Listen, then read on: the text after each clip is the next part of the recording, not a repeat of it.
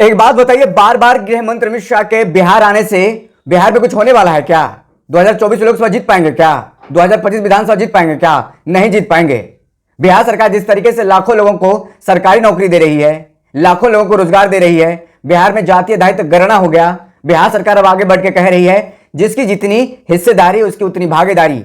मतलब साफ है, अब आरक्षण बढ़ाने की बात हो रही है।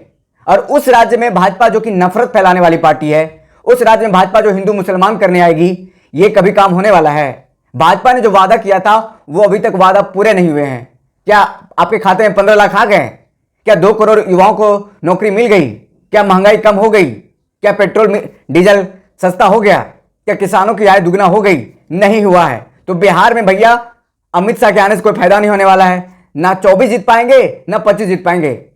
यह कहना है तमाम महागठबंधन के नेताओं का, यह कहना है राजद के नेताओं का, यह कहना है कांग्रेस के नेताओं का, यह कहना है जदयू के नेताओं का। तो साफ तौर पे देखिए, अब बड़ी खबर की ओर आगे बढ़ते हैं। आज गृह मंत्री अमित शाह बिहार पहुंच रहे हैं। भाजपा के दूसरे नंबर के नेता बिहार पहुंच रहे हैं और देश के दूसरे नंबर के मंत्री भी बिहार पहुंच रहे हैं। बिहार के मुजफ्फरपुर जिले में संबोधित करेंगे तमाम कार्यकर्ताओं को, जनता को। एक कार्यक्रम का आयोजन किया गया है, जनसभा का आयोजन किया गया है और इस कार्यक्रम में लगभग कहा जा रहा है कि 5 लाख लोगों के पहुंचने की उम्मीद है। 2024 चुनाव जो लोकसभा है वो अब नजदीक है। माहौल अब कैसे बनाया जाए? बार बार बिहार आ रहे हैं गृह मंत्री अमित शाह। ये उनका दौरा 7वां बार है। जब से बिहार में सरकार उनकी गिरी है, एनडीए खत्म होकर के महागठबंधन की बनी है, तब से लेकर के गृह मंत्री अमित शाह की नजर पूरी तरीके से बिहार पर ही है। बिहार में सरकार बनाने के लिए जद्दोजहद कर रही है भाजपा।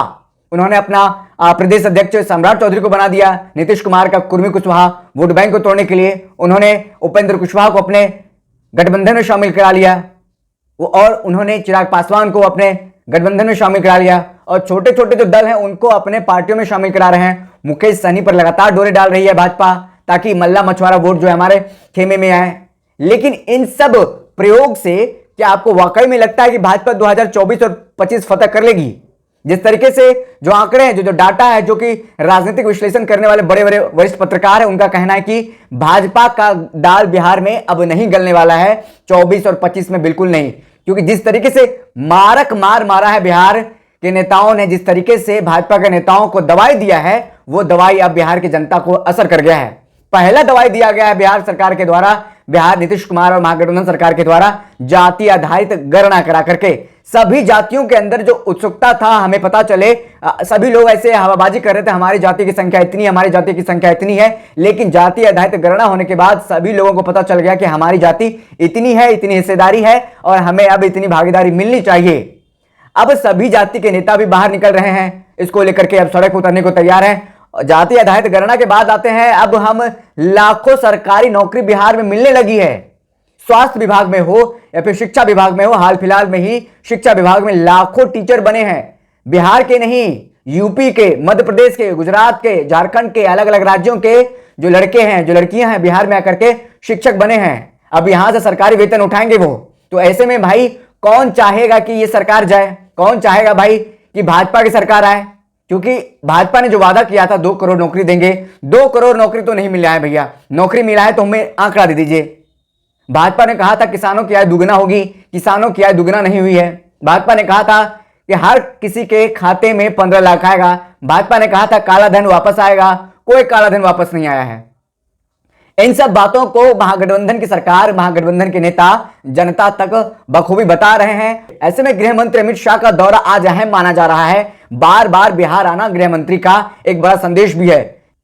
जब से बिहार में भाजपा की सरकार गई है तब से तमाम जो भाजपा के वरिष्ठ नेता हैं वो लगातार बिहार पर नजर बनाए हुए हैं, खास करके गृह मंत्री अमित शाह। ऐसे में इस बार बिहार में जो लोकसभा चुनाव होना है उसमें कहा जा रहा है कि कई जो सीटें, जो पुराने नेता हैं उनको अब टिकट नहीं दिया जाएगा और कई जो नए हैं, चेहरे हैं, उनको टिकट दिया जाएगा, उनको मौका दिया जाएगा। और जो जाति समीकरण के आधार पर यहां पर वोट बैंक है वो भी साधने का लगातार प्रयास किया जा रहा है। भाजपा के इस बार दाल नहीं गलने वाली है, साफ तौर पर महागठबंधन के नेताओं के द्वारा कहा जा रहा है। जिस तरीके से बिहार सरकार ने मारक दवाई दे दी है भाजपा के लिए, अब साफ स्पष्ट हो गया है अब जनता का रुख महागठबंधन सरकार की ओर है। क्योंकि उनके बेटों को बेटियों को बिहार में सरकारी नौकरी मिल रहा है। पहला चरण का नौकरी मिल चुका है लाखों लोगों को, 1,20,000 लोगों को नौकरियां मिली है। अब दूसरा चरण का बहाली भी निकल गया है। ऐसे में आपको क्या लगता है 2024 में, 2025 में कब सरकार में आने वाले हैं? क्या 2024 लोकसभा से कितनी सीट जीतने वाले हैं? 40 सीट में से। एनडीए पिछले बार 40 में से 39 सीट जीती थी। इस बार आपको क्या लगता है कितना सीट जीतने जा रही है? क्यों भाजपा की नजर बिहार पर बनी हुई है? क्यों बार बार अमित शाह गृह मंत्री पहुंच रहे हैं बिहार?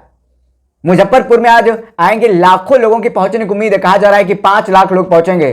पिछले बार लालू और नीतीश को तेल और पानी बताया था, इस बार किसको निशाना पर लेंगे? इस बार फिर वही लगता है घिसा पीटा डायलॉग होगा, लालू, नीतीश और परिवारवाद और तेजस्वी। इसके अलावा कुछ नहीं होने वाला है। जनता का मूड ही बताएगा 24 में कौन आएगा, 25 में कौन आएगा। जिस तरीके से सरकार लगातार काम कर रही है, अलग अलग विभागों में नौकरियां निकाल रही है, इससे तो साफ तौर पे जो वरिष्ठ विश्लेषक हैं उनका कहना है कि भाजपा का दाल नहीं गलने वाला है, नहीं गलने वाला है। आपको क्या लगता है भाजपा दाल गला पाएगी? कमेंट बॉक्स में कमेंट करके बताएं। शुक्रिया।